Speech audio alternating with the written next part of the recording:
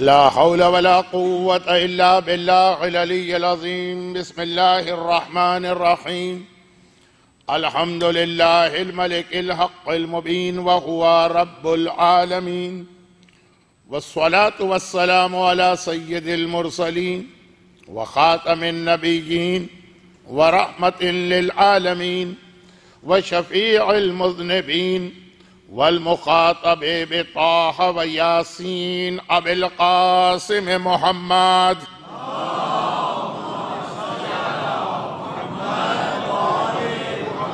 وآله الطيبين الطاهرين المعصومين المظلومين المنتجبين الميامين الذين أذهب الله عنهم الرجس وطهرهم تطهيرا.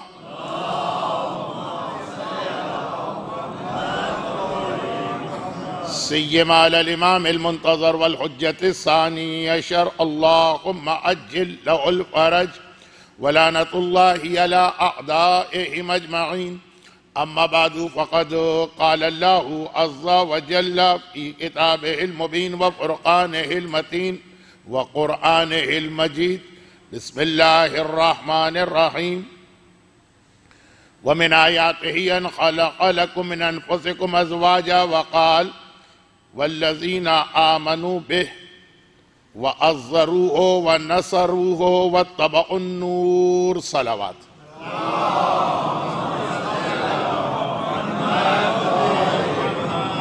معرفت اصحاب امام کہیے کہ معرفت اصحاب معصوم.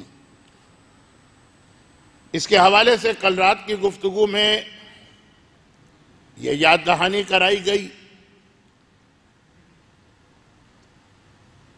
کہ خواتین بھی اصحاب کی کیٹیگری میں شامل ہیں، اور ان کے حوالے سے بھی ہمیں یہ دیکھنا ہے کہ چہاردہ معصومین کے ساتھ بحیثیت اصحاب یا صحابیات جو خواتین تھیں، ان کی کیا وہ خصوصیت تھی جو معرفت اصحاب میں آئے گی. یہ کل رات کی گفتگو کوشش کی گئی کہ اس عنوان پہ کی جائے.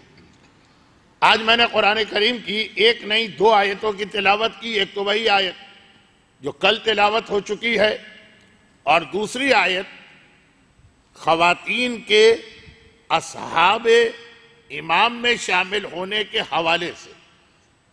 ایک بہت اہم ذمہ داری ان پر ایسی آتی ہے جو ہر مرد ہر عورت پر ہر وقت ہے، لیکن خواتین کے لیے یہ ذمہ داری بڑھ جاتی ہے. اتفاق ایسا ہے کہ آج کی مجلس میں دو ایسی باتیں بیان ہونے والی جن کا تعلق شب جمعہ سے زیادہ مناسب ہے. اور آج شب جمعہ نہیں ہے، شب جمعرات. تو اب یا تو عنوان کو روک لیا جاتا، ادھر ادھر کی باتیں کر کے آج کی مجلس مکمل کر کے یہ خیال کیا جاتا کہ یہ باتیں شب جمعہ کی ہیں تو شب جمعہ ہی بیان ہوں. یہ ممکن نہیں. تو یہ دو باتیں جو شب جمعہ سے متعلق ہیں وہ آج آ رہی ہیں، تو ہو سکتا ہے کہ کل رات کا جو میرا موضوع ہوتا ہے وہ پھر نہ ہو. مجلس ہوگی جو میرا موضوع شب جمعہ کا ہوتا ہے. یہ دو باتیں جن کا تعلق شب جمعہ سے ہے اور آج آ رہی. تو آج کی مجلس میں ایک مناسبت یہ بھی شامل ہو گئی کہ امام بارگاہ علی رضا کے انتہائی فعال والنٹیئرز میں سے ایک فدا عباس صاحب کا آج کراچی میں انتقال ہو گیا. وہ امام بارگاہ کے کتنے عرصے خدمت گزار رہے، یہاں بھی آپ کو وہ ٹیبل پہ بیٹھے ایک طویل عرصے تک نظر آتے رہے. تو چونکہ ایک طرح سے مرحوم کی موت آج کی مجلس میں موت کے حوالے سے گفتگو کی مناسبت پیدا ہو سکتی، تو شب جمعہ کا جو عنوان کل آنا تھا جو آج موضوع کی وجہ سے آ رہا، مرحوم فدا عباس صاحب، ان کے ایصال ثواب و ترحیم کے لیے جو آخر میں سورہ فاتحہ بھی پڑھا جائے گا، ان کی موت کے حوالے سے یہ باتیں پھر گویا مناسبت والی ہو گئیں. اور اتنی سی تمہید کے بعد پہلے تو وہ جملہ مکمل کر دوں کیونکہ وہ صرف ایک جملہ رہ گیا تھا. گرچہ کسی نے مجھ سے پلٹ کے پوچھا بھی نہیں کہ مولانا جو آپ نے بات کی تھی وہ نامکمل چھوڑ کے آپ کہاں چلے گئے۔ اکثریت تو آتی ہے ثواب کے لیے، صف اعضا پہ بیٹھ جائیں گے، ثواب مل جائے گا، وہ ان کے لیے کافی ہے، کوئی بات سمجھ میں آئے کہ نہ آئے، سنے کہ نہ سنے۔ آخر میں غم کا بیان تو ہر ایک کی سمجھ میں آ جاتا، لیکن میں اپنی ذمہ داری کو پورا کر دوں۔ اور جن لوگوں کے لیے یہ بات ہے، ہو سکتا ہے کہ ان میں سے بہت سے لوگ اب مجالس میں نہ آ سکیں، کیونکہ اس بات کا تعلق زیارت سے، کہ ایک بیٹا جس کا باپ معذور ہے، اپاہج ہے، بالکل بھی اپاہج نہیں ہے، لیکن اسے اپنے بیٹے کی مدد کی ضرورت پڑتی ہے بستر سے اٹھ کر ادھر ادھر جانے میں۔ اب یہ بوڑھا آدمی کدھر جائے گا؟ مال میں تو جائے گا نہیں، شاپنگ تو کرے گا نہیں، سڑکوں پہ تو گھومے گا نہیں، کرکٹ میچ دیکھنے تو جائے گا نہیں، بستر سے مصلے پر، بستر سے واش روم میں۔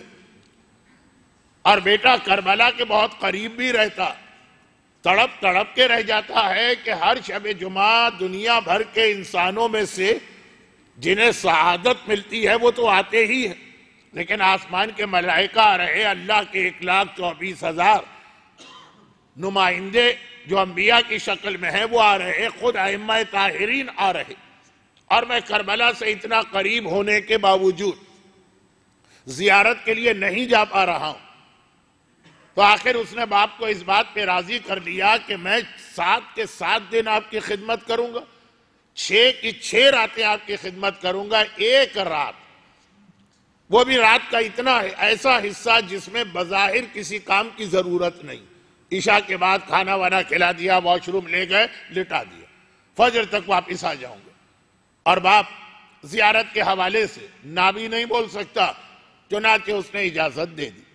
یا اب ایک حدیث ہمارے پاس آتی ہے جو ہمارے موضوع کو بالکل بدل بھی سکتی ہے، لیکن میں فی الحال اپنے موضوع کو بدلوں گا نہیں، صرف حدیث پڑھ کے ایک آدھ جملے میں اس کی تشریح کر کے پھر اس کو مکمل کر کے جو آج کا اصل موضوع جس کے لیے میں نے تمہید باندھی، الغاصب بالحیاء کالغاصب بالجفاء، ایک حدیث۔ اور حدیث کا ترجمہ یہ ہے کہ جس طرح ظلم کر کے کسی کا مال غصب کرنا، اگرچہ اس میں لفظ مال نہیں ہے، غصب ناجائز قبضہ، کسی کا حق مارنا، اس کا دائرہ بہت وسیع، لیکن فی الحال چلے مال کے حوالے سے بات کی جائے، جو کہ میں نے عرض کیا نا کہ میں حدیث پہ پوری بات نہیں کر رہا ہوں، ایک آدھ جملے میں وضاحت کر دوں۔ کہا جس طرح ظلم کے ذریعے سے کسی کا حق غصب کرنا حرام، ہر ایک کو معلوم، ہر ایک کو معلوم۔ جب فرعون و ثمود و عاد کا تذکرہ قرآن نے کیا تو وہاں بھی یہی لفظ استعمال کیا کہ دیکھو یہ قوم عاد، یہ قوم ثمود، یہ فرعون، الذین طغوا فی البلاد فاکثروا فیہا الفساد، کتنا انہوں نے دنیا میں ظلم کیا، مگر ان ربک لبالمرصاد، ظلم کر کے جائیں گے کہاں؟ آئیں گے تو قیامت میں نا، اللہ وہاں پہ بیٹھا ان کا انتظار کر رہا۔ گرچہ یہ لفظ بھی اتنا چھوٹا لفظ نہیں ہے، پل صراط پہ اللہ انتظار کر رہا، لیکن یہ تو پھر موضوع کہیں سے کہیں جائے گا۔ ظالم بچ نہیں سکتا، ظالم اللہ کی گرفت میں آئے گا ہی، ابھی بھی ہے، لیکن ابھی اللہ نے مہلت دی۔ اب ظلم کر کے کسی کا حق دبا لیا تو ہم بہت کامیاب ہو گئے، اور کسی نے ہمیں نہیں پکڑا یا ہم اتنے طاقتور ہیں کہ کوئی ہم پہ ہاتھ نہیں ڈال سکتا تو ہم بچ نکلے۔ یہ چونکہ تقریر کے آخر میں بھی یہ بات آنے والی، لیکن وضاحت کی ضرورت نہیں ہے، ہر سمجھدار انسان جانتا ہے، چاہے مسلمان ہو کہ کافر، کسی کا حق ضائع کرنا، غصب کرنا۔ لیکن روایت ہے کہ جس طرح جفا، ظلم کر کے کسی کا حق غصب کرو، اسی طرح الغاصب بالحیا، کسی کے حیا سے۔ یہ بھی آج کی تقریر کا پہلا حصہ، لیکن ابھی تو ہم تمہید میں۔ غاصب بالحیا، کسی کی حیا سے، شرم سے، مروت سے وہ ہمارا لحاظ کر رہا ہے، اس سے فائدہ اٹھا کر اس کا حق غصب کیا جائے، بظاہر ظلم نہیں کیا ہم نے، لیکن ہمیں معلوم ہے کہ جو عمل ہم کر رہے ہیں سامنے والا راضی نہیں ہے، لیکن وہ بیچارہ کیا بولے؟ اب مولانا ہے تو اب مولانا کہہ رہے ہیں یہ چیز مجھے چاہیے، منع نہیں کر سکتا۔ دوستی ہے آپ کے ساتھ، آپ کہہ رہے ہیں یہ چیز مجھے چاہیے، منع نہیں کر سکتا۔ اور اس کے شرم سے، حیا سے، مروت سے، لحاظ سے فائدہ اٹھا کے چیز ہم نے غصب کر دی. کیوں؟ تقریباً تمام مراجع وضو کے مسائل میں یہ مسئلہ لکھتے ہیں کہ غصبی پانی سے وضو غلط ہے. آیت اللہ سیستانی کیا اس مسئلے کی ذرا تفصیل ہے، لیکن چونکہ مجلس ہے، مسائل بیان کرنے کا فورم نہیں ہے. غصبی پانی سے وضو غلط، اور غصبی پانی یہ ہے کہ مالک کی اجازت کے بغیر اس کے پانی کو چھین کے وضو کر رہے ہیں. پھر آگے ایک مسئلہ لکھتے ہیں نا مہاراج کہ اس کے اندر یہ بھی آ جاتا ہے کہ مالک سے آپ نے پانی مانگا، آپ کو پتا ہے یہ دل سے راضی نہیں ہے. اب یہ کہ ہم کسی کا دل چیر کے دیکھتے تو نہیں، لیکن اندازہ ہو جاتا ہے، بلکہ اندازہ بھی نہیں، اطمینان ہو جاتا ہے کہ وہ راضی نہیں، جسے آج کل انگریزی میں ایک لفظ کے ذریعے بیان کیا جاتا ہے باڈی لینگویج. منع نہ نہیں بول پا رہا ہے کہ بھئی یہ وضو کے لیے پانی مانگ رہے ہیں، کیسے نہ بولوں، لیکن معلوم ہے کہ راضی نہیں ہے. پھر بھی اگر آپ نے وہ پانی اس کے ہاں کہنے کے باوجود لے لیا اور وضو کیا تو وضو غلط. وہ تو راضی ہے، وہ تو ہاں کہہ رہا ہے. نہیں، ہاں کہنا کافی نہیں. اگر آپ کو معلوم ہے اس کے دل کی کیفیت، یہ ہے الغاصب بالحیا. اس میں بہت ہی خطرناک ایک مسئلہ اور آ جاتا. میں بہت ڈر رہا ہوں کہ بات نکلے گی. اب ہمارے پاس وقت کہاں. آج کے مجلس کے بعد 2 مجلسیں اور دونوں ایسی ہیں جس میں غم کا زیادہ بیان پڑھنا پڑے گا. کل کی مجلس شہزادی سکینہ کی شہادت کی، پرسوں کی مجلس 30ویں کی مجلس. تو وقت نہیں ہے اور یہ عشرہ اختتام پر ہے، اس لیے میں بہت روکتے ہوئے، لیکن میں نے پہلے بھی ایک مجلس میں کہا تھا کہ کچھ چھوٹی چھوٹی چیزیں الگ سے موضوع بن کے نہیں آ سکتی. باتوں باتوں میں ذکر ہوتا ہے، متوجہ کر دوں. الغاصب بالحیا، کسی کی چیز آپ نے اس کی لحاظ مروت سے فائدہ اٹھاتے ہوئے چھینی نہیں، اس نے ہاں بھی کہہ دیا. اور پھر وہ جو سورہ نور کی آیت، میں کہاں سے کہاں جا رہا ہوں. یہ قرآن کہتا ہے کہ بغیر اجازت کسی کا مال استعمال کرنا گناہ ہے. 11 گھروں میں تم کوئی چیز کھا سکتے ہو بغیر پوچھے ہوئے، باپ کا، ماں کا، بھائی کا، بہن کا. وہ جو ایک آیت ہے بہت مشہور، لیکن اس میں بھی کتنی کڑی شرائط ہے کہ عام کھانا پکا رکھا ہے تو آپ کھا سکتے ہیں. اگر بریانی ہے یا نہاری ہے یا کوئی ایسا کھانا کہ اندازہ ہو رہا ہے کہ اس نے کسی کی دعوت کے لیے پکایا ہے، وہ بھی نہیں. باپ کے گھر میں، ماں کے گھر میں، بیٹے کے گھر میں تفصیلات ہیں. مسائل بیان کرنے کا یہ موقع نہیں. پورا مہینہ آپ کی خدمت حجت الاسلام مولانا محمد علی نقوی صاحب ماہ مبارک رمضان میں کرتے ہیں. ہر تقریر کے اندر شروع میں 2 مسئلے تو آتے ہیں نا، تو یہ وہاں بیان ہوتے ہیں. میں تو اشارے کر رہا ہوں کہ الغاصب بالحیا، مگر پانی، کھانا، بریانی، نہاری، پیسٹری، کوئی اچھی چاکلیٹ، کوئی اچھا کیک، دل نہیں چاہ رہا وہ کسی اور مقصد کے لیے لایا، آپ نے کہا میں چکھ لوں. اور لوگ اسی طرح چکھتے ہیں جیسے 22 رجب کے کنڈے چکھتے. چکھنا نام ہوتا، پورا پیٹ بھر کے کھایا جاتا. تو اسی انداز چکھ لوں. اب وہ نہ بھی نہیں بول سکتا، ہاں بھی نہیں بول سکتا، وہ آپ کے لیے نہیں لایا. اب یہ غاصب بالحیا. اس میں 2 بڑے خطرناک مسئلے آتے ہیں. ایک کا تعلق مال سے ہی ہے اور ایک کا تعلق مال سے بھی زیادہ اہم چیز سے. مال سے کیا تعلق ہے؟ میراث. اب یہ ہے کہ بہن کو حصہ نہیں دینا ہے، اس سے ایک سرسری طور پہ اجازت لے لی کہ باپ نے شادی کے موقع پہ اتنا جہیز دے دیا تھا، اتنے زیور کے سیٹ تمہیں چڑھا دیے تھے، اب تمہارا کیا حصہ.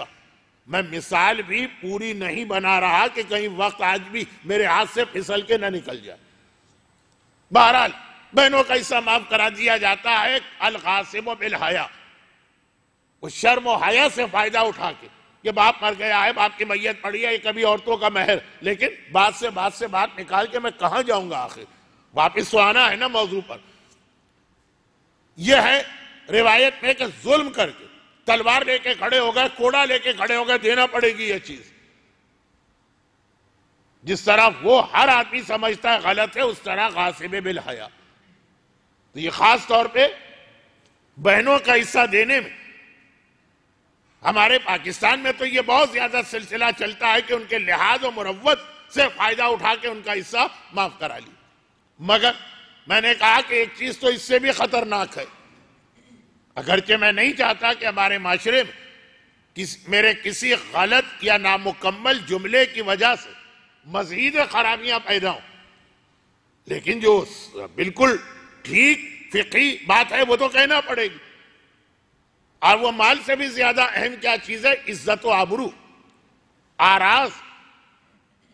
اب یہ کہ لڑکی راضی نہیں ہے شادی پر، لیکن باپ کا یا ماں کا وہ دباؤ کہ جس میں اس کے شرم و حیا، لحاظ و مروت کا فائدہ اٹھا کر زبردستی شادی کرا دی جاتی، اس میں بہت تفصیلات ہیں، یہ جملہ ابھی نامکمل ہے، لیکن مسئلے کے ایک پہلو کی جانب توجہ مبذول کرانا، یہ بھی الغاصب بالحیا میں آتا، اور اس میں مال نہیں، عزت و ناموس کو غصب کیا گیا ہے سامنے والی بچی کی شرم و حیا سے، لحاظ و مروت سے فائدہ اٹھا کر۔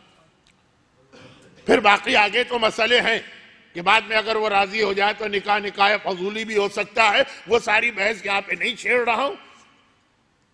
ماہ سفر تو آ چکا، دیکھتے ہی دیکھتے ماہ رمضان آ جائے گا، سارے مسئلے اسی مسجد کے اس کونے میں بیٹھ کے مولانا محمد علی نقوی صاحب سے ڈسکس کیجئے گا، تفصیل اسی میں آ سکتی ہے، مجلس میں نہیں۔ تو خیر، الغاصب بالحیا کالغاصب بالجفا، دائرہ اس کا بہت وسیع، اور بہت ساری چیزیں ہمارے یہاں آ جاتی ہیں جس کے نتیجے میں غاصب بالحیا کے نتیجے میں پھر آدمی بد اخلاق بن جاتا، پھر آدمی بہت روڈ بن جاتا، پھر آدمی اس مغربی تہذیب کا انداز اختیار کرنا پڑتا کہ باپ کو بھی منع کر دیتا۔ کب تک شرم و حیا میں ہاں ہاں کہتا رہے گا؟ باپ سے کہا کہ میں کربلا آقا حسین کی زیارت کے لیے جانا چاہتا ہوں، صرف ایک رات، وہ بھی آپ کی ساری ذمہ داریاں ادا کر کے، اور صبح سویرے واپس آ جاؤں۔ اب کربلا اور زیارت کا نام آیا، کون باپ منع کرے گا؟ ہو سکتا ہے کہ آج کل کچھ ایسے والدین ہوں جن کو ضرورت ہے اولاد کی، لیکن کہتا نہیں مجھے تو 40 کی زیارت کرنا۔ خیر، 3 4 5 ہفتے گزرے، ہر شب جمعہ، کل کی رات شب جمعہ چلا جاتا ہے کربلا، زیارت کر کے فجر تک واپس پلٹ آتا۔ ایک رات کو جب وہ گیا تو راستے میں اسے ایک اور زائر مل گیا، زائر مانے کہ دوسرا مل گیا، وہ بھی کربلا جا رہا۔ یہ روایت تو میں بہت دفعہ پڑھ چکا ہوں کہ پیغمبر نے فرمایا اللہ کی لعنت ہو اکیلے کھانا کھانے والے پر، اکیلے گھر میں سونے والے پر، اکیلے سفر کرنے والے پر۔ ساتھی ضرور لو، ساتھی، اور مل بھی گیا ساتھی، چنانچہ چلا، باتیں ہونے لگی۔ اب میں واقعے کو بہت بہت بہت بہت مختصر کر رہا ہوں، مجھے خود اپنے انداز بیان سے اس سال گھبراہٹ ہو رہی کہ بہرحال اختتام گفتگو، یعنی جب کربلا میں آقا حسین کے روضے کا گنبد نظر آنے لگا، اب الگ ہونا ہے دونوں کو، وہاں تک اسے معلوم ہو گیا کہ جو میرے سفر کا ساتھی وہ کوئی اور نہیں، میرے زمانے کے امام ہے۔ اس جملے کی بہت تشریح میں کرتا ہوں، یہ پتہ کیسے چلے؟ امام کے ظاہر ہونے کے بعد بھی یہ ڈھونڈنا یا پتہ چلانا مشکل ہوگا کہ یہ امام ہیں کہ نہیں، جبکہ آ بھی چکے ہیں، سامنے ہیں، اعلان کر چکے ہیں جبرائیل، پوری دنیا تک وہ آواز پہنچا چکا، تو غیبت میں تو اور مشکل ہے۔ لیکن بہرحال ہر واقعے کے اندر ایک تفصیلات کے ساتھ کہیں نہ کہیں اشارہ ہوتا ہے کہ پتہ چل گیا۔ جیسے میں نے حاجی علی بغدادی کے واقعے کا تذکرہ کیا، اس کو کہاں معلوم تھا کہ جن کے ساتھ وہ امام ہے، بلکہ اسے تو ملاقات ختم ہونے کے بعد پتہ چلا۔ پتہ کیا چلا؟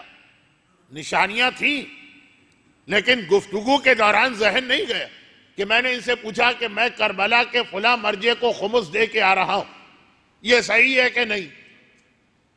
آپ کسی عالم سے پوچھتے وہ کیا کہے گا کہ صحیح ہے کہ غلط؟ انہوں نے کہا ہاں اس ساتھی تم نے صحیح خمس دیا کیونکہ وہ میرے نمائندے۔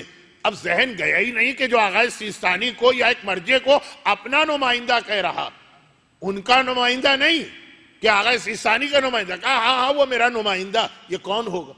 ایسے 8-10 اشارے اس واقعے میں ہیں جب واقعہ اختتام کو پہنچا اور سارے اشاروں کو جمع کیا، یہ تو میرے امام تھے، اس وقت تک امام آنکھوں سے اوجھل ہو چکے تھے۔ تو یہ چونکہ حاجی علی بغدادی کا واقعہ ابھی 3 دن پہلے بھی اشارتاً آیا تھا، اسی باپ اور بیٹے کے واقعے کو سمجھانے کے لیے کہ زیارت کا ثواب، زیارت کی فضیلت۔ تو اب اسے، اس نوجوان کو تو دوران گفتگو پتہ چل گیا یہ امام۔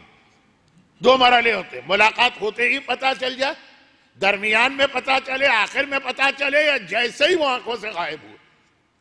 بھئی علامہ ہلی کو کب پتہ چلا کہ یہ میرے امام ہے؟ بالکل آخر، جب ان کے گھوڑے کا کوڑا زمین پہ گرا اور اس نے اٹھا کے ان کے ہاتھ میں دیا۔ علامہ ہلی جیسے عظیم عالم کی بات ہو رہی ہے، کسی جاہل کی نہیں۔ اور علامہ ہلی نے کہا اتنے سوال میں نے کی، ایک سوال اور کر لوں کہ آج کے زمانے میں امام سے ملاقات ممکن ہے جبکہ امام غیبت میں؟ اور اس نے کہا تم ملاقات کی بات کرتے ہو جبکہ تمہارے امام کا ہاتھ تمہارے ہاتھ میں ہے۔ اور یہ جملہ سنا کان کھڑے ہوئے، امام جا چکے۔ ہلی جیسا عظیم مرجع اور عالم پوری گفتگو کے اختتام پر اس جملے کی مدد سے پہچان پایا۔ لیکن خیر، یہ تو بات ذرا سا دلچسپ لیکن موضوع سے ہٹتی جا رہی ہے۔ اس نوجوان کو آخر تک پتہ چل چکا تھا، امام کے جانے کے بعد پتہ نہیں چلا، آخر تک پتہ چل چکا۔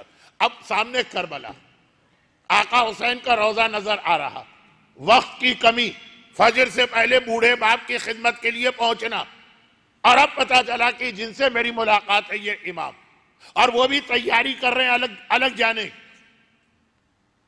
ویسے تو آدمی کے ذہن میں کتنے سوال ہوتے ہیں کہ اگر میرے امام ملیں گے تو یہ بھی پوچھوں گا، یہ بھی پوچھوں گا، یہ بھی دریافت کروں گا، یہ دعا بھی کراؤں گا، یہ مسئلہ بھی۔ اکثر تو یہ ہوتا ہے کہ آدمی بھول جاتا ہے۔ میرے پاس بھی لوگ آتے ہیں کہ مولانا 15 سوال تھے، بس آپ کو دیکھا اور آپ کے پاس بیٹھے بھول گئے سب میں۔ تو وہ تو امام ہے، میں تو کیا ہوں؟ امام کے غلاموں کو غلام بھی بن جاؤں تو بڑی بات ہے۔ تو اب ذہن سے باقی باتیں اس نوجوان کی یا نکل گئی یا سمجھدار تھا یا باقی باتیں نکل گئی۔ اب پتہ چلا یہ امام ہیں، جا رہے ہیں، الگ ہو رہے، یہاں سے سامنے کربلا کا روضہ نظر آ رہا۔ وہ 100 سال پہلے کا کربلا اتنا بڑا کوئی تھوڑی تھا، خیمہ گاہ تک سمجھیے کہ شہر سے باہر تھا، تو کربلا بالکل یعنی روضہ سامنے، وقت کم، رات ختم ہونے سے پہلے واپس پہنچنا۔ اس ٹینشن میں امام سے ایک ہی سوال پوچھنے کی گنجائش تھی۔ سمجھدار تھا نوجوان، اندازہ تھا کہ ایسے موقع پہ کیا پوچھا جائے۔ میں کتنے قافلوں کے ساتھ آیت اللہ سیستانی کی خدمت میں حاضر ہوا، قافلے والوں نے کہا ہمیں چلنا، آپ بھی چلے۔ اور 40 کے اس رش والے زمانے میں 86 سال کا ایک بوڑھا مرد بڑی مشکل سے وقت نکال رہا ہے، ایک قافلے کے بعد 200 کا دوسرا قافلہ، اس کے بعد تیسرا قافلہ بیٹھا ہوا، 40 منٹ ملے، 30 منٹ ملے، 20 منٹ ملے۔ اور سوال کیا پوچھے جاتے ہیں کہ مثلاً وضو میں 2 مرتبہ چہرہ دھونا صحیح ہے کہ صحیح نہیں ہے، اور فلاں ملک کا گوشت صحیح ہے کہ صحیح نہیں ہے، اور فلاں چیز نجس، جو ان کی ہر کتاب میں موجود، جو ان کی ہر ویب سائٹ پہ موجود۔ 30 منٹ 25 منٹ ملے ہیں ان مسئلوں کے لیے، بالواسطہ، انڈائریکٹ۔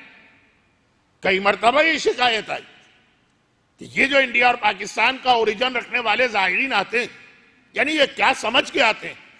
توہین کے لیے نہیں کہہ رہا کہ ایک چھوٹی سی مسجد کا ایک طالب علم بھی اگر نماز پڑھائے یہ مسئلے جانتا ہے۔ یہ آغا سیستانی کے لیول پہ جا کے جو اتنی مشکل سے اس بڑھاپے میں اتنے زائرین کے درمیان ایک وقت نکال کے دے رہے ہیں، سوال پوچھنے کا بھی ایک سلیقہ ہوتا، موقع ہوتا ہے کس موقع پر کس سے کیا سوال کیا جائے۔ تو اب اس نوجوان نے بہت اچھا سوال کیا۔ ہم تو شاید وہاں بھی الجھ جاتے کہ بھئی یہ چاند کا مسئلہ حل کر دیجئے، ہمارے لیے تو دنیا کا سب سے بڑا یہ مسئلہ کہ نئے کپڑے پہنے کہ نہ پہنے، باقی ساری چیزیں ہمارے نزدیک کوئی اہمیت ہی نہیں رکھتی۔ ہم تو یہی پوچھتے، کیونکہ واقعاً آغا سیستانی کا آدھا گھنٹہ جو بڑی مشکل سے اس بڑھاپے میں اتنے قافلوں کے درمیان کھینچ تان کے نکال کے دیا گیا، وہ صرف چاند کے مسئلے کی نظر ہو گئی۔ اور جبکہ یہ کوئی نیا مسئلہ نہیں، اور ایسا بھی مسئلہ نہیں ہے کہ جس کی تفصیلات انہوں نے پہلے سے اپنی کتابوں میں نہ لکھ دی ہو، اتنی زحمت بھی گوارا نہیں کرتے کہ چلے ان کی کتاب میں ہی پڑھ لیں، جیسے استخارے کا مسئلہ۔ لیکن خیر میں اب دیکھ رہا ہوں کہ میں تو بات کو پھیلاتے پھیلاتے پھیلاتے کہیں اور پہنچ گیا، واپس آتا ہوں۔ اس نے ایک سوال کا گویا اس کے پاس وقت رہ گیا، امام جا رہے ہیں، الگ ہو رہے ہیں، جب پتہ چلا تب ایک سوال کا وقت رہ گیا، گھبرا کے صرف ایک سوال کیا، مولا آپ مجھ سے راضی اور خوش ہیں کہ نہیں؟ اب یہ وضو، غسل، طہارت، نجاست، چاند، باہر سے آنے والا گوشت، یہ سارے مسئلے اہم ہوں گے، لیکن اتنے مختصر وقت میں امام سے پوچھنے کا یہ مسئلہ نہیں ہوتا، مولا آپ مجھ سے راضی ہیں کہ نہیں؟ یہ ہے مومن کے لیے سب سے بڑا ٹینشن، یہ فکر و پریشانی کا امام راضی ہے کہ راضی نہیں۔ اب کوئی بہت زیادہ منطقی ہوگا یا ذرا سا صحیح علم نہ رکھتا ہو، یہ پوچھنے کی کیا ضرورت ہے؟ یہ پوچھنا چاہیے اللہ راضی ہے کہ راضی نہیں؟ تو بھائی ایک ہی بات ہے، اگر امام راضی ہیں تو اللہ بھی راضی ہے، امام راضی نہیں تو اللہ بھی راضی نہیں۔ جو پوچھا اس نے بالکل صحیح پوچھا، امام کی رضامندی میں رسول کی رضامندی بھی آ گئی،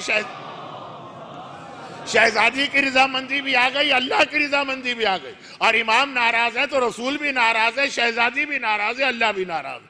یہ واقعہ میں نے پچھلے 1.5 سال میں 50 دفعہ پڑھا اور اس پر یہ اعتراض آیا، اور بدقسمتی یہ ہوئی کہ واقعہ پڑھنے کے بعد اعتراض ہوا تو جہاں اعتراض ہے وہاں جواب نہیں دیا، جواب دیا اتنے شریف مجمع میں جس کو اعتراض تھا بھی نہیں۔ لیکن خیر، تو بات یہ ہو رہی، امام نے کہا تیرا ایک عمل ہمیں بہت تکلیف پہنچاتا۔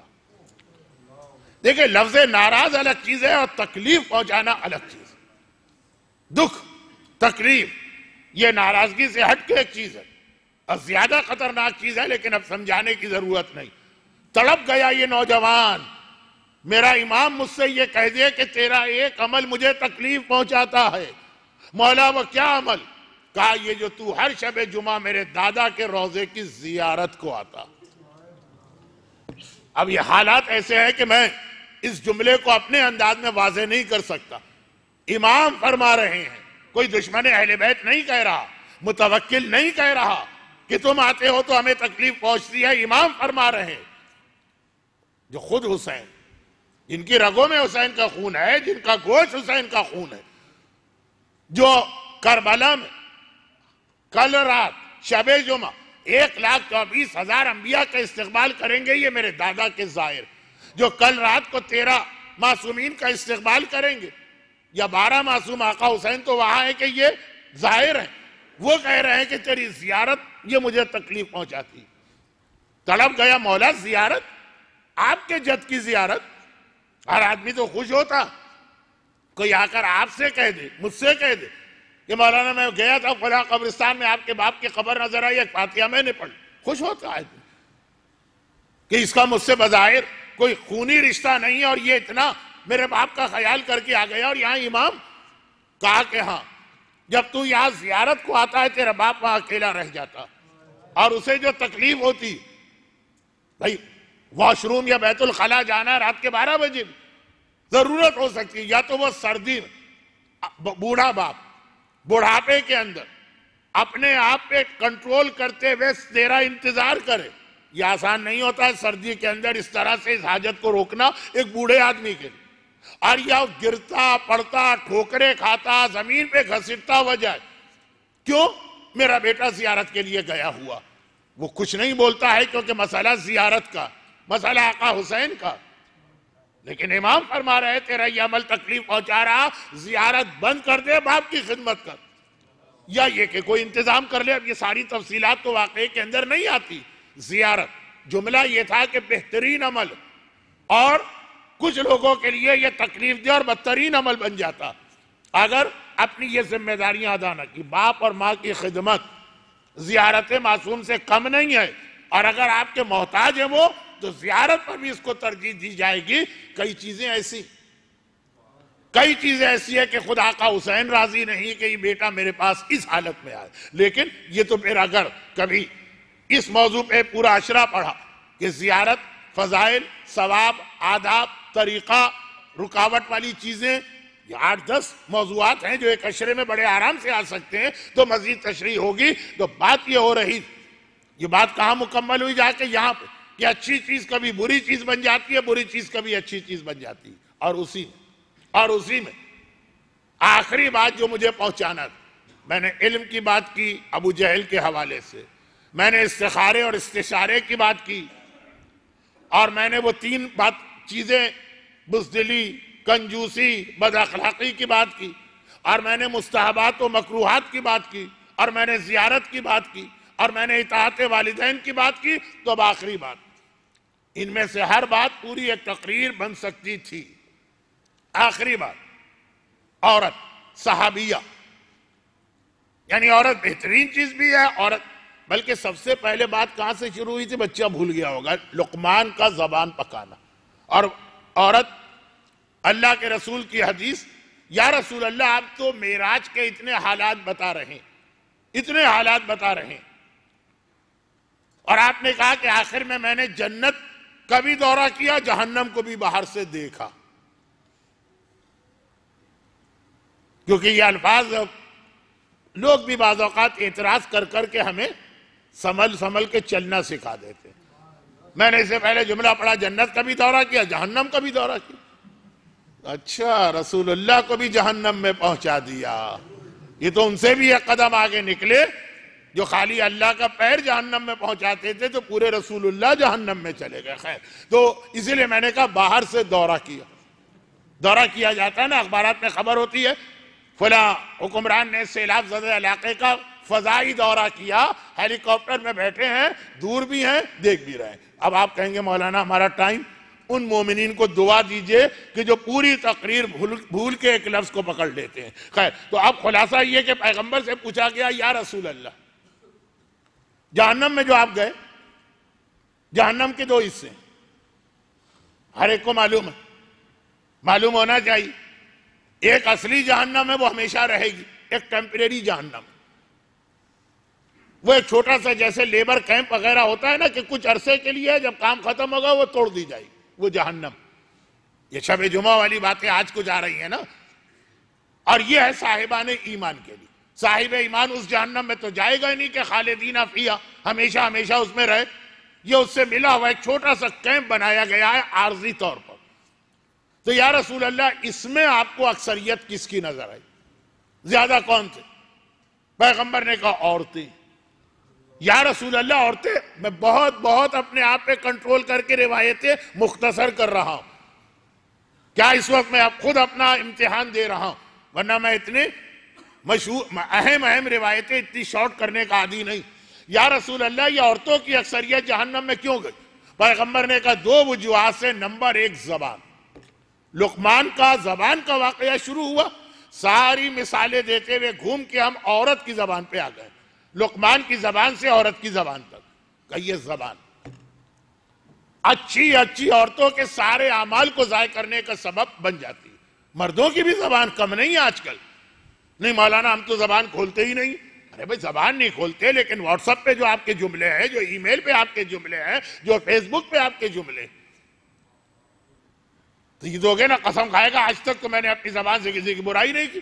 اور فیس بک پہ ماں بہن کی گالیاں لکھی ہوئی ہیں، وہ مولانا زبان سے کوئی تھوڑی کہا ہم نے. خیر، تو خلاصہ یہ ہے کہ زبان، عورت کی زبان. یہاں پہ ایک بات اور میں بہت اہم کہہ دی، اور یہ بات بہت تفصیل طلب ہے آج کل کے دور میں، لیکن شارجہ کے لیے تفصیل طلب نہیں، بلکہ شاید بعض مومن مجھ سے کہیں کہ مولانا اس میں ایک جملے کی بھی ضرورت نہیں، ہمارے بچے ویسے ہی ہمارے کنٹرول سے نکل رہے ہیں. وہ یہ کہ والدین کا اتنا احترام بتانے کے بعد، جو کئی تقاریر میں اس سال بھی میں نے اشارہ کیا، کیونکہ بچے آج کل بدتمیز ہوتے جا رہے ہیں، والدین کا احترام نہیں کرتے. وہ جو کسی انگریز کا جملہ ہے نا، بچے اللہ کی ایک نعمت ہے، بچے ایک پیغام ہے کہ اللہ ابھی اس دنیا سے مایوس نہیں ہوا، ان میں صرف ایک خرابی ہے، وہ یہ کہ وہ بڑے ہو جاتے ہیں. اب یہی بچے جو اتنے سعادت مند ہیں، بڑے ہو کے اور شادی ہونے کے بعد والدین کو جو رنگ دکھاتے ہیں، میں کہیں اور چلا، واپس آ رہا ہوں. یہ تو بات میں آدھی بھی نہیں کہہ پاؤں گا اور باقی باتیں رہ جائیں گی. تو ایک چیز والدین سے بھی اسلام نے کہی، اور یہ بہت اہم چیز، کہ تم بھی اپنے بچوں کا احترام کرنا سیکھو. ہمارے یہاں بھی والدین کی سب سے بڑی غلطی اولاد کے حوالے سے ہے والدین کی زبان. وہ سمجھتی ہے کہ میں ماں ہوں، مجھے ہر اختیار ہے. اپنے چھوٹے سے لے کے بڑے اور جوان بچے تک کی جب چاہے میں توہین کر سکتی ہوں. وہ چپ. فَلَا تَقُلْ لَهُمَا اُف بھی نہیں بولے. اور یہی باپ کا مسئلہ ہے. معصوم کی ایک حدیث ہے، اپنے بچوں کی بھی عزت کرنا سیکھو، انہیں بھی احترام دینا. گالم گلوچ ان کے ساتھ بھی جائز نہیں. نوجوان بچے کی یا بچی کی غیرت کو بیدار کر کے توقع کرو کہ تمہارا احترام کرے. خطرناک موضوع، زیادہ اس تفصیل میں جانا نہیں چاہتا. جو ویسے ہی ہاتھ سے نکلے ہوئے بچے ہیں اور زیادہ ہاتھ سے نکل جائیں گے. لیکن یہ بھی ایک مسئلہ ہے. تو اللہ کے رسول نے کہا عورتوں کو زبان کی وجہ سے میں نے دیکھا. اب عورتوں میں ماں بھی آ گئی، بہن بھی آ گئی، بیوی بھی آ گئی، اور وہ بھی آ گئی جو پہلے کوئی سوچ بھی نہیں سکتا تھا. بیٹی. بیٹیاں باپ سے محبت کرتی، بیٹیاں والدین کا احترام کرتی. انتہائی ناکارہ اور نالائق ہوتے ہیں بیٹے. ایک آدھ اچھا نکلتا ہے، بیٹیاں ہمیشہ اچھی ہوتی. لیکن آج کل والدین کے مقابلے میں جس طرح سے بیٹیوں کو بغاوت پہ کھڑا کیا جا رہا، اور کون کھڑا کر رہا ہے؟ وہی شیطان جو آپ کے گھروں میں اینٹینا اور ایریل کے نام سے آ کے بیٹھا ہوا. ٹریننگ دی جا رہی ہے ڈراموں میں کہ والدین سے بدتمیزی کیسے کی جائے، گھر چھوڑ کے کیسے بھاگا جائے. اب یہ بھی ایک بہت اہم موضوع ہے. لیکن میرا یہی مسئلہ کہ ایک بات پوری نہیں ہوتی اور دوسری اس سے اہم بات آ جاتی ہے، وہ بھی نامکمل رہ جاتی ہے. تو بیٹیاں تک اب آ گئی. اب پیغمبر کی حدیث اب مکمل ہوئی ہے.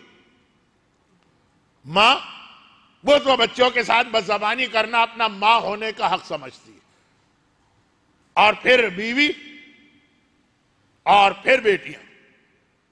یہ آج کل کی بیٹیاں ہیں جو جس طرح سے خالی ڈراموں میں نہیں دیکھا. ابھی پڑھ رہا تھا آج کے اخبار میں کہ کل لاہور ہائی کورٹ کے احاطے میں ماں اور بیٹی کے درمیان جو دھکم پیل، مکہ مکی، مار پیٹ، بال نوچے، اور یہ بیٹی اور ماں کے درمیان.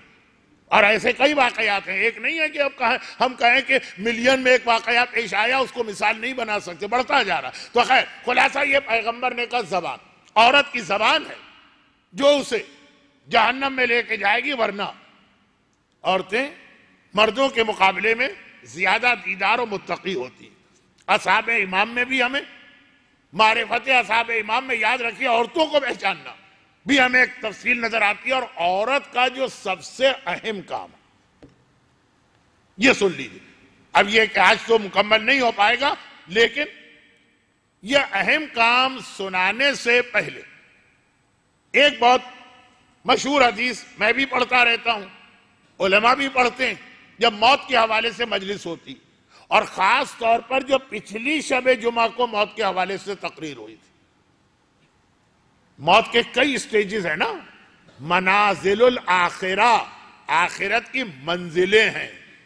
وہ جو کہا گیا کہ مردے کو قبر میں براہ راست نہ لے جاؤ، راستے میں منزل روک کے لے جاؤ. تو موت کے بھی کئی مرحلے ہیں. پہلا مرحلہ آتا ہے ملک الموت روح نکال رہا، اور اس کا عذاب، اس کی تکلیف، وہ سب کل پچھلی شب جمعہ بیان ہو چکی ہے، شاید کل بھی آ جائے مختصر. اب ایک سوال راوی نے جا کے پوچھا، اور اس امام معصوم سے پوچھا جس کا بیان کل ہوا، یعنی ہمارے 7ویں امام باب الحوائج امام موسی کاظم علیہ السلام. ہمارے مجمع میں سے جو اس وقت میرے سامنے ہوں گے کچھ لوگ، کچھ کو تو میں ذاتی جانتا ہوں، اس سے زیادہ بھی ہوں گے جو انشاءاللہ کل رات، آنے والی کل کی رات شب جمعہ کربلا میں باب الحوائج حضرت عباس کے روضے کی زیارت کر رہے ہوں گے اور زری کو چوم رہے ہوں گے. کل رات قافلے جانا شروع ہو گئے، اور اکثر یہ چاہیں گے کہ کل کی شب جمعہ ان کو وہاں مل، یا نجف جائیں گے. لیکن ائمہ طاہرین میں باب الحوائج ایک ہی امام کا لقب، اور ان کی روایت کے راوی نے جا کے ایک سوال کیا. وہ سوال جو آپ بھی کرنا چاہ رہے تھے، یا میرے احترام میں آپ خاموش رہے، اور یا پھر میرے فرار کی وجہ سے آپ خاموش رہے کہ مولانا تو ہوا کے گھوڑے پہ آتے ہیں، ہوا کے گھوڑے پہ چلے جاتے ہیں، جو بھی وجہ. لیکن سوال ایک راوی پہلے ہی کر چکا، اور آج نہیں 1300 سال پہلے کر چکا، کہ مولا یہ جو اتنا عذاب بتایا جا رہا روح نکالنے کا، تو آخر یہ عذاب اللہ کسی مومن پہ آنے کیوں دیتا؟ یہ جو اتنا عذاب بتایا جا رہا آخر کیوں؟ کیونکہ اس عذاب میں جو میں نے پچھلے ہفتے بیان کیا تھا، ایک ٹکڑا میں نے چھوڑ دیا تھا، وقت نہیں تھا کہ اب جتنی دیر سے روح نکلے گی اتنا شیطان کو موقع ملے گا آخر میں آ کر بھی بہکانے کا۔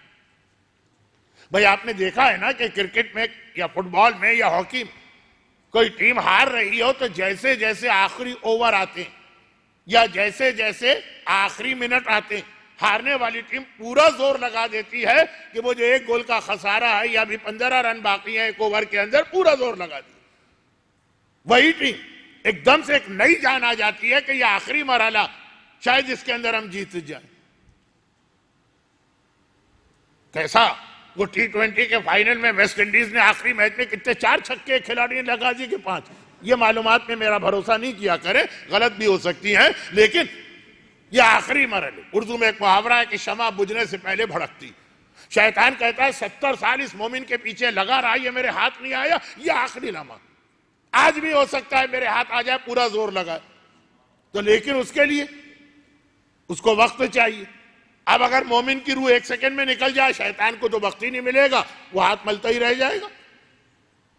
وہ وہی حالت ہوگی شیطان کی جو آپ مجھے دیکھ کے کہتے ہیں کہ آتے ہیں اور چلے جاتے، ابھی تو ہم سلام بھی نہیں کر پاتے، مولانا غائب ہو گئے تو شیطان ابھی بہکانے آیا، پتہ چلا اس کی تو روح نکل کے وہ تو جنت میں جا چکا، اور جتنا دیر لگے گی روح نکلنے میں اتنا شیطان کو ٹائم مل گیا۔ اب آخری اوور کی 6 بالیں کتنی اہم ہوتی ہیں، اس کے اندر اگر نالائق بالر اور 4 نو بال کر کے 6 کو 10 کا اوور بنا دے تو سامنے والی ٹیم کو کتنا فائدہ ہو جاتا ہے۔ اچھا اگر یہ کرکٹ کی مثالیں میں غلط دوں تو مجھے معاف کر دیجئے گا، قرآن حدیث کی غلطی پہ پکڑیے گا، کرکٹ کی غلطی پہ نہیں پکڑیے گا۔ لیکن ایسے نالائق بالر 6 بالوں کے اوور کو 12 کا بنا دیا، 9 بال کر کے۔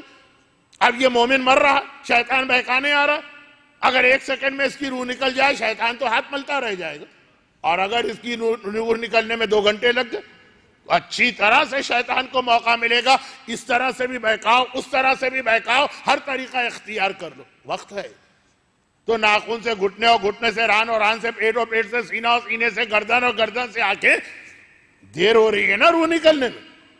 تو راوی نے آ کے سوال کیا، مولا آخر کافر، مشرک، منافق، دشمن اہل بیت، اس کے ساتھ یہ ہو تو سمجھ میں آتا، مومن اس کی روح فوراً کیوں نہیں نکل جاتی؟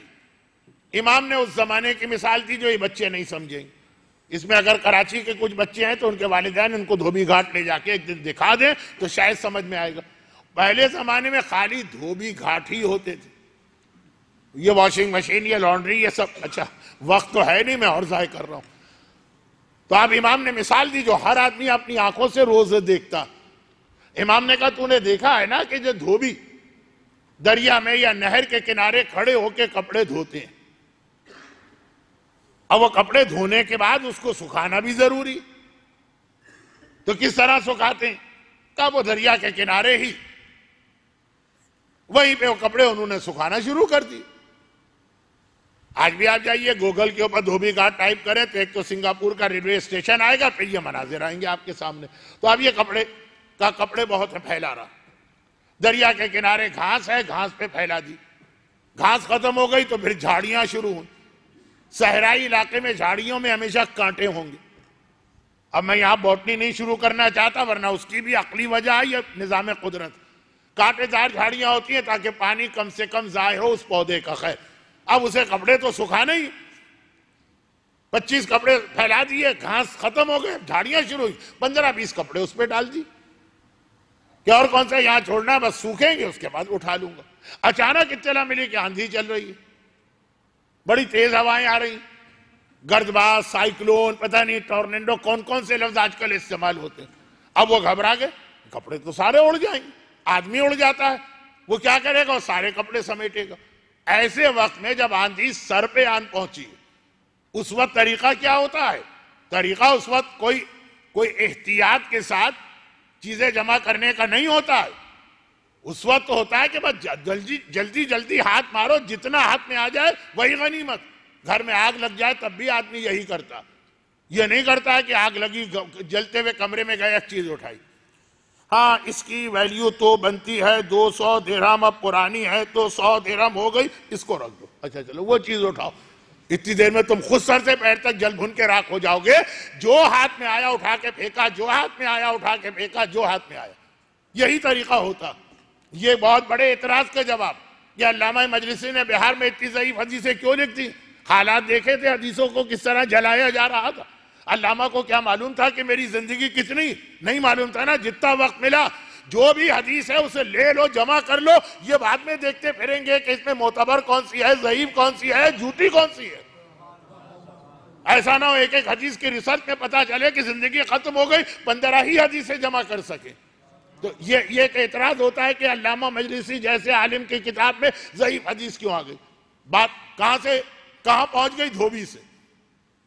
کپڑے اڑنے والے، ہوا چلنے والی ہے. گھبرا کے بھاگا کہ کپڑوں کو جتنے سمیٹ سکتا ہے سمیٹ لے. کیا کرے گا؟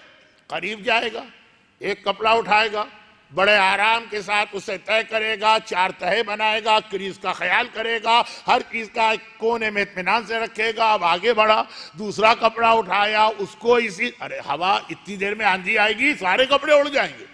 وہ تو کیا کرے گا؟ راوی سے پوچھا، راوی نے کہا مولا وہ یہ کرے گا کہ قریب جائے گا، ہر کپڑے پہ ہاتھ ڈالے گا، کھینچے گا، جلدی جتنے جلدی کھینچ سکے.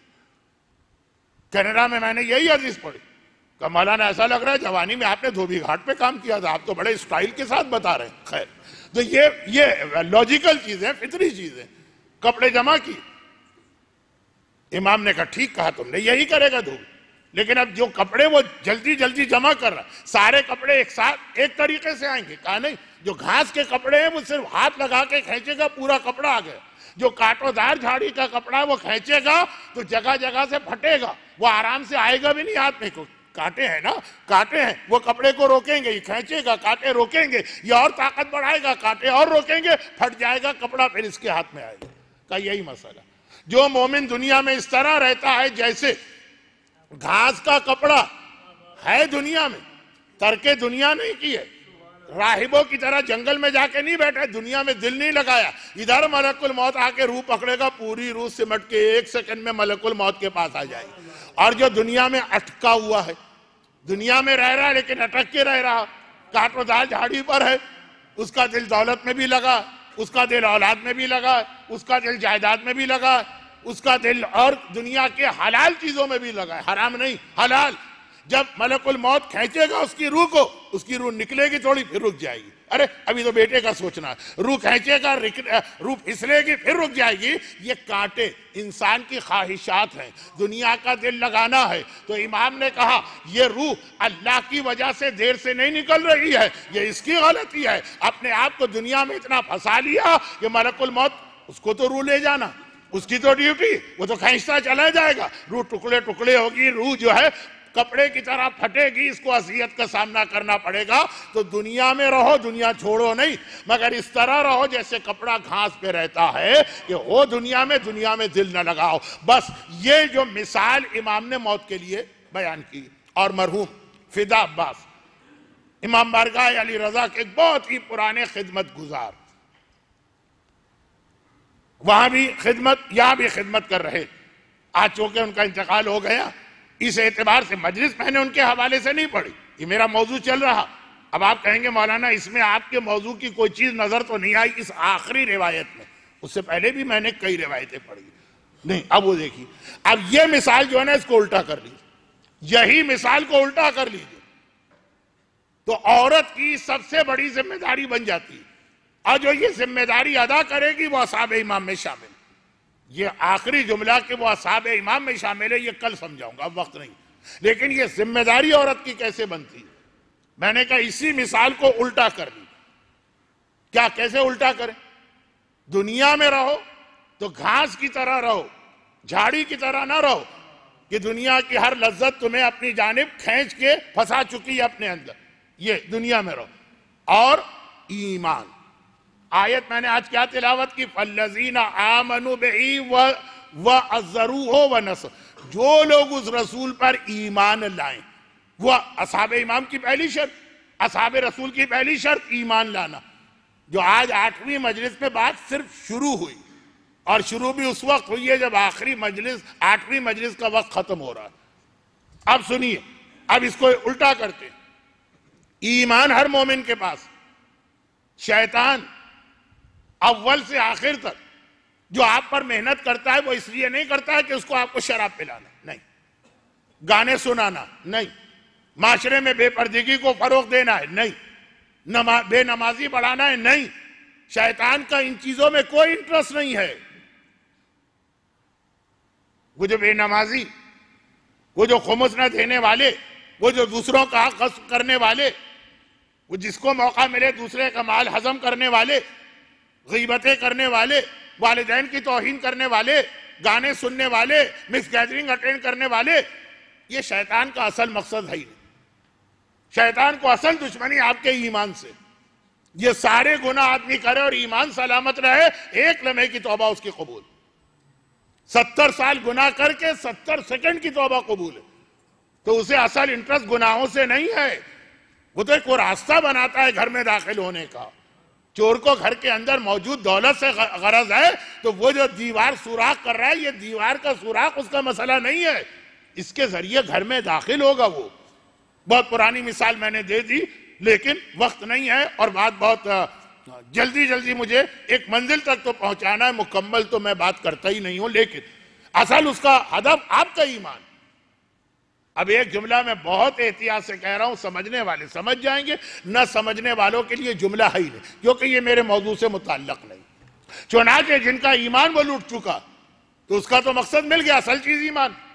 اب ہو سکتا ہے بہت نمازی بھی ہو سکتا ہے کہ وہ بہت حجاب کرنے والے بھی ہو سکتا ہے کہ وہ بہت سارے حرام سے بچنے والے بھی ہوں، کہ یہ تو شیطان کا مقصد ہے ہی نہیں، وہ تو ایمان ہے۔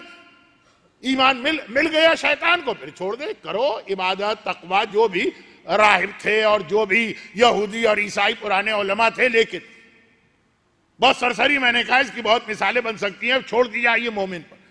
اصل وہ آپ کے ایمان کا دشمن، اسے آپ کا ایمان چھیننا، اسے آپ کی نماز سے کوئی غرض نہیں۔ اگر ایمان چھوڑ دیا، پڑھتے رہو نمازیں، اس کا کیا نقصان؟ لشکر یزید بھی تو نمازیں پڑھ رہا تھا نا۔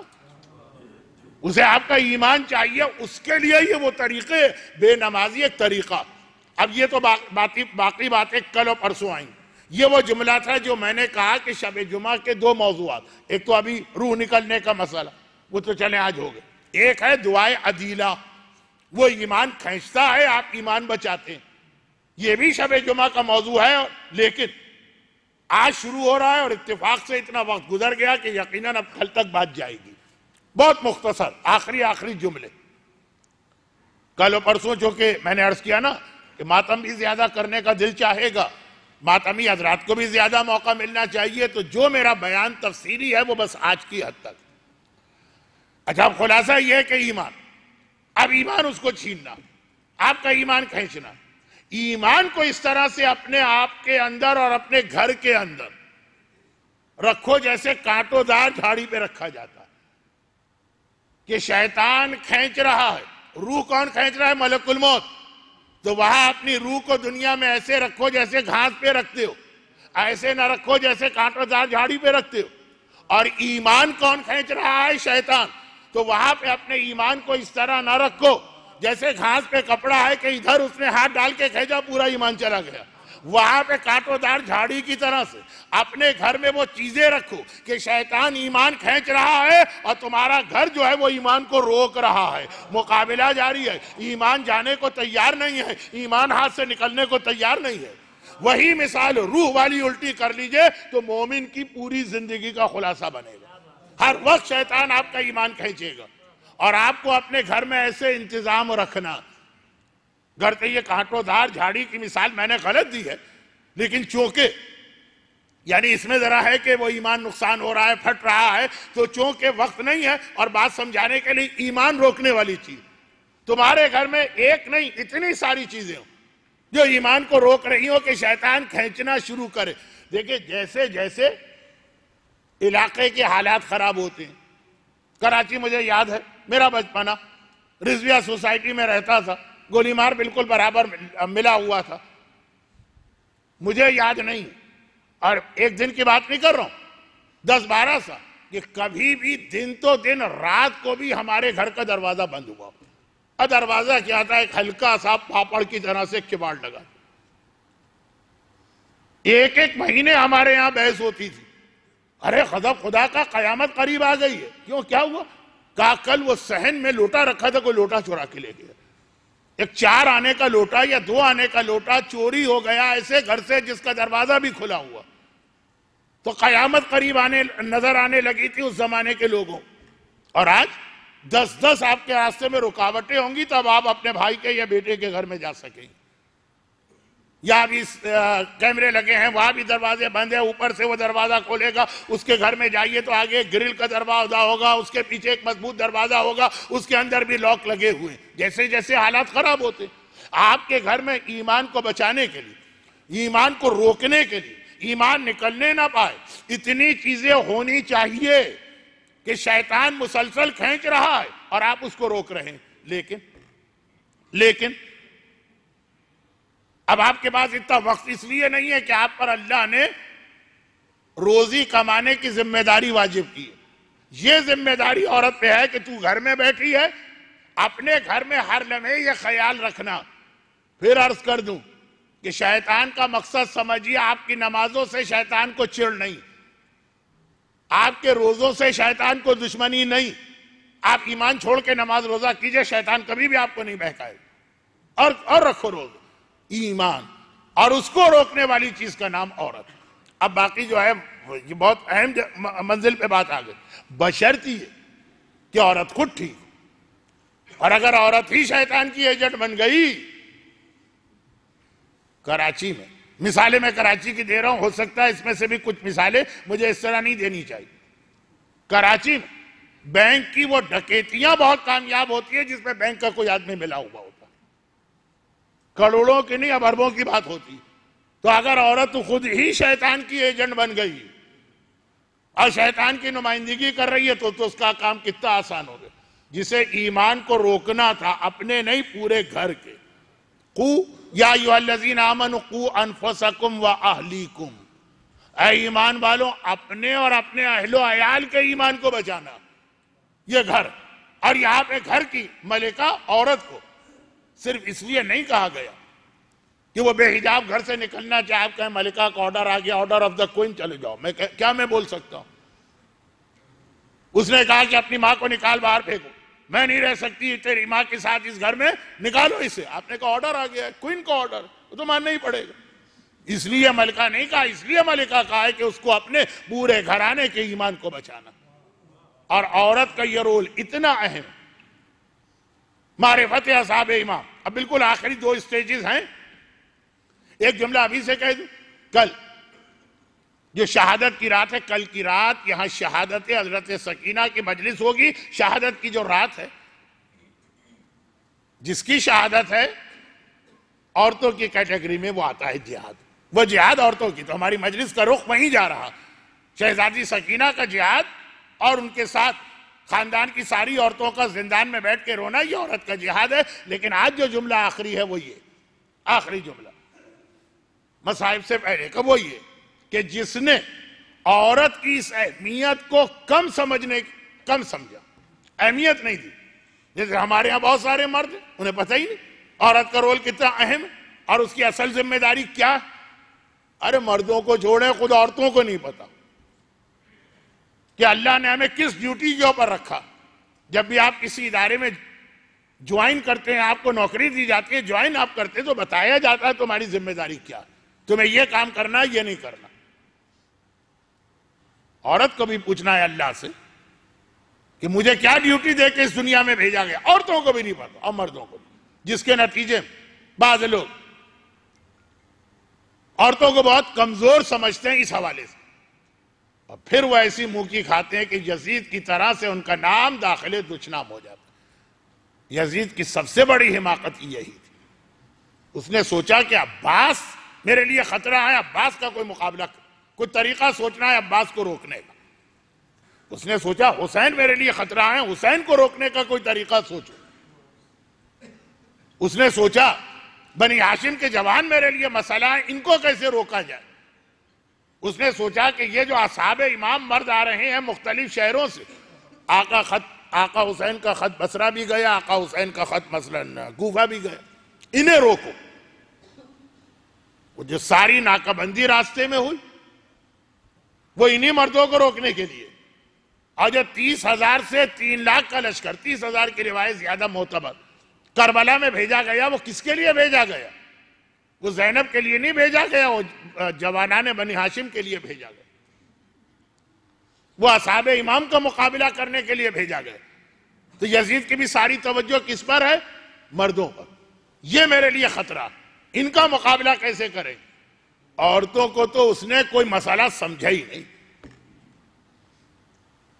اور یہی وجہ ہے کہ ذرا بھی اگر اس کے خیال میں زینب اس کے لیے کوئی چیلنج بنتی تو میدان کربلا سے گرفتار کر کے مدینے ان کے گھر بھیجوا دیتے۔ بازاروں میں، درباروں میں، شہروں میں، قریوں میں، جگہ جگہ جو زینب کو لے کے گیا، خالی لے کے نہیں گیا ہے، اگر خالی یہ جملہ ہوتا تب بھی میری بات ثابت نہیں تھی۔ نعوذ باللہ، نعوذ باللہ ایک ایسا لفظ استعمال کر رہا ہوں جو اردو میں تو بہت ہی برے معنی دیتا، عربی میں اتنے برے معنی نہیں دیتا ہے، لیکن پھر بھی عربی میں بھی یہ لفظ برا چوتھے امام نے استعمال کر دیا۔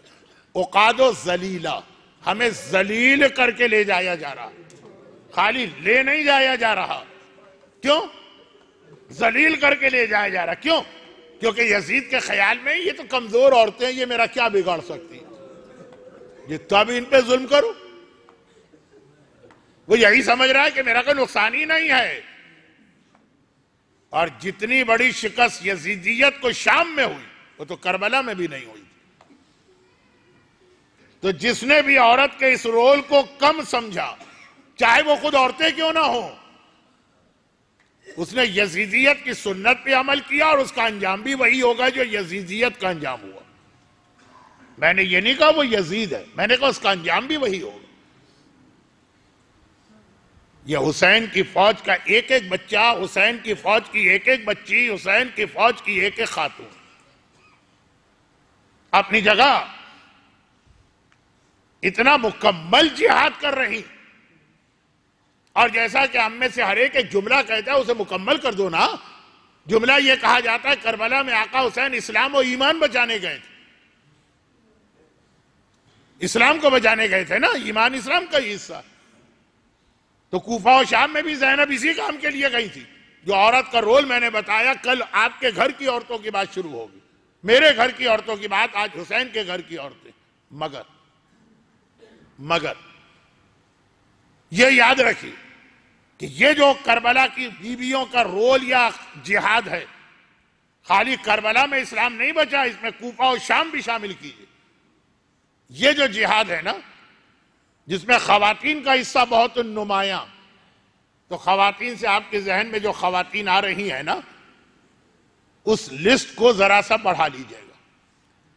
کوفہ و شام کے بازاروں اور درباروں میں جو جہاد کیا وہ زینب نے بھی کیا، کلثوم نے بھی کیا، لیلہ نے بھی کیا، فروہ نے بھی کیا، رباب نے بھی کیا، فاطمہ کبریٰ نے بھی کیا، سکینہ نے بھی کیا۔ یہ ساری خواتین، اس میں ایک نام اور بڑھا لیجیے، تب جا کے یہ جہاد مکمل ہوگا اور عورت کے جہاد کی اصل اہمیت آئے گی۔ وہ نام کس کا؟ وہ نام ایک کمپلین یا شکایت کے نتیجے میں ہمارے سامنے آیا۔ شکایت کس کی؟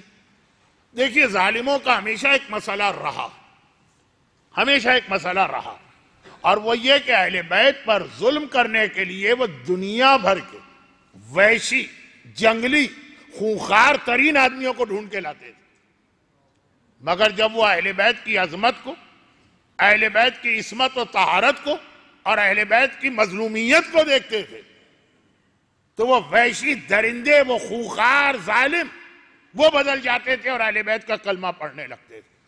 جس امام معصوم کی ولادت کے حوالے سے کل بات ہوئی، ایک شہادت کا ایک جملہ، ہارون 14 سال بعد امام کو زہر دے کے شہید کر رہا، تھک گیا، ایک سے ایک ظالم ترین آدمی کو ڈھونڈ کے امام کی نگرانی پہ رکھا، چند دن گزرتے ہیں وہ امام کا کلمہ پڑھنے لگتا، تھک گیا میں کہاں سے اب لے کر آؤں ظالم انسان، شہید کر دو تاکہ مسئلہ ختم ہو۔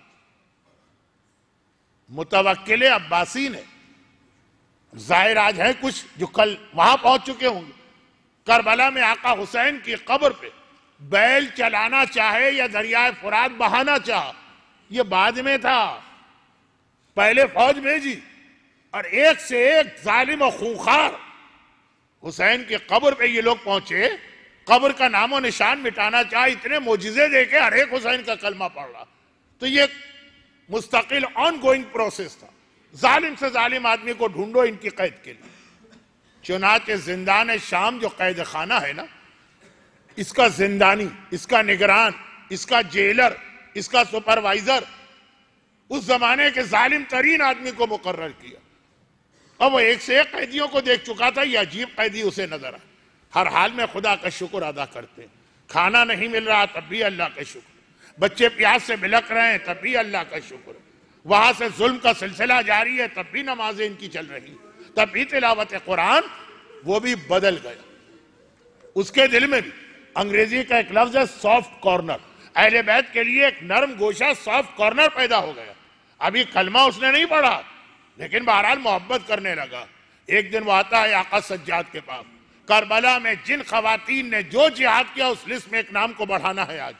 ایک مرتبہ آتا ہے اور آنے کے بعد کہتا ہے فرزند رسول، جب مجھے یہ ڈیوٹی دی گئی تھی تو میں آپ اہل بیت سے سب سے زیادہ دشمنی اور نفرت کرتا تھا، اور آج میں آپ کا چاہنے والا بن گیا ہوں، لیکن مولا صرف ایک درخواست، ایک کمپلین، ایک شکایت، مولا آپ کو پتا ہے کہ حاکم کتنا ظالم، جس نے رسول کی اولاد کا خیال نہ کیا وہ میری اولاد کا کیا خیال کرے گا؟ اگر اسے یہ اطلاع مل گئی تو وہ مجھے تو مارے ہی مارے گا، قتل کرے گا، میرے پورے خاندان کو ختم کر دے گا۔ مولا سجاد نے چونک کے دیکھا، کہا تیرا انداز بتا رہا ہے تجھے ہم سے کوئی شکایت ہو گئی ہے، بتا تجھے کیا شکایت؟ کہا مولا میں اتنی رعایت و نرمی آپ کو دیتا ہوں، آپ میں سے کوئی بی بی اٹھ کے رات کو باہر نکل جاتی اور وہ سڑک کے کنارے بیٹھ کے ساری رات ماتم کرتی رہتی ہے، اگر یزید کے محل تک یہ آواز پہنچ گئی تو یزید میرا پورا گھرانہ تباہ ہوگا۔ مولا بس اتنی مہربانی کیجئے، بیویوں کو منع کر دیں وہ قید خانے سے باہر نہ جائیں۔ آقا سجاد، ایک بیوی کا نام آپ کو کربلا کے مجاہدین کی فہرست میں شامل کرنا۔